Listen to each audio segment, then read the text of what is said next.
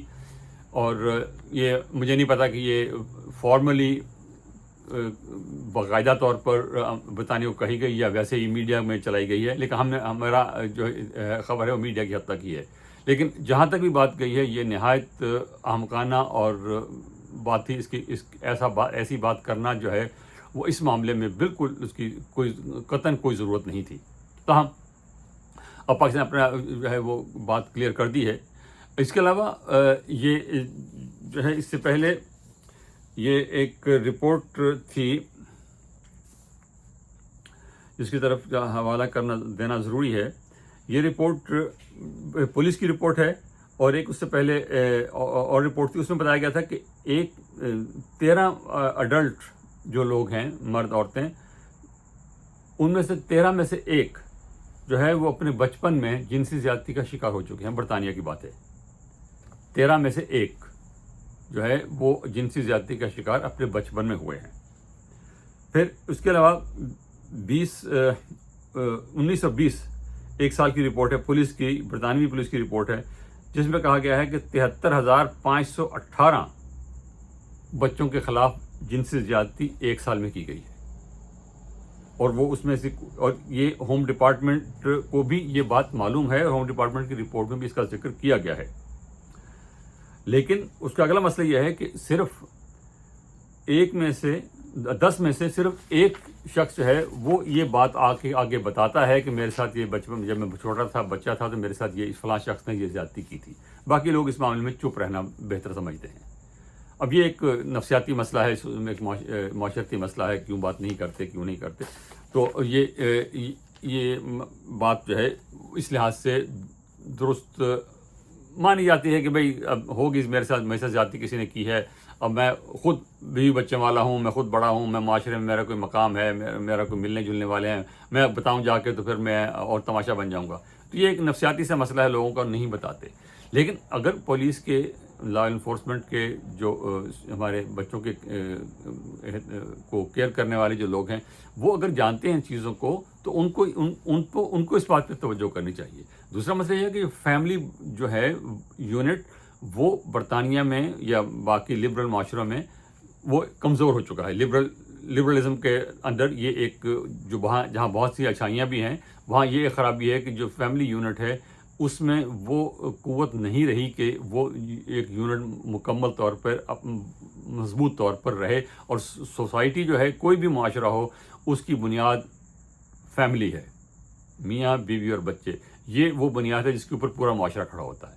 اور اگر یہ ادارہ کمزور ہو جائے، خراب ہو جائے، اس کی جڑیں ہل جائیں، تو پورا معاشرہ جو ہے وہ ہل جاتا ہے. اور لبرل معاشروں میں یہ پرابلم ہے. یہ نہیں کہ باقی معاشروں میں نہیں، باقی معاشروں میں، لیکن لبرل معاشروں میں زیادہ ہے کہ اس میں باقی جنسی تعلقات کے بارے میں جو ہے وہ زیادہ آزادی دی جاتی ہے، اور زیادہ آزادی پر لوگ سے ناجائز فائدہ بھی اٹھاتے ہیں. تو اس لحاظ سے یہ رائٹ ونگ کا مسئلہ ہے. انہوں نے اس بات کو ایک بنایا، پولیٹیکل مسئلہ بنایا ہے، میڈیا نے اس کو مسئلہ بنایا ہے. یہ مسئلہ جو ہے برطانیہ کا مسئلہ ہے جہاں تک اس شخص کا تعلق ہے، اور اس کا پاکستان سے تعلق نہیں ہے. اور جہاں تک بچوں کے ساتھ زیادتی کا تعلق ہے، یہ کسی ایک معاشرے کا مسئلہ نہیں ہے، کسی ایک مذہب کا، کسی ایک نسل کا، کسی ایک ملک کا مسئلہ نہیں ہے. یہ یونیورسل ہے، اور ہر معاشرے کی یہ ذمہ داری ہے کہ وہ بچوں کا تحفظ کرے. اور سب سے بڑی ذمہ داری جو ہے وہ خاندان کی ہے. آپ کے پیرنٹس کی سب سے بڑی ذمہ داری ہے کہ وہ اپنے بچوں کو تحفظ مہیا کریں. اور تحفظ مہیا تب ہو سکتا ہے اگر میاں بیوی آپس میں مل جل کے رہیں. اور اگر خدا نخواستہ ان کی علیحدگی ہو بھی جائے، تو بچوں کے لیے کو مناسب انتظام ہونا چاہیے. یہاں بات ختم کرتے ہیں اس درخواست کے ساتھ کہ ہمارے چینل کو سبسکرائب کیجیے، اپنے کمنٹس دیجیے. بہت شکریہ. خدا حافظ.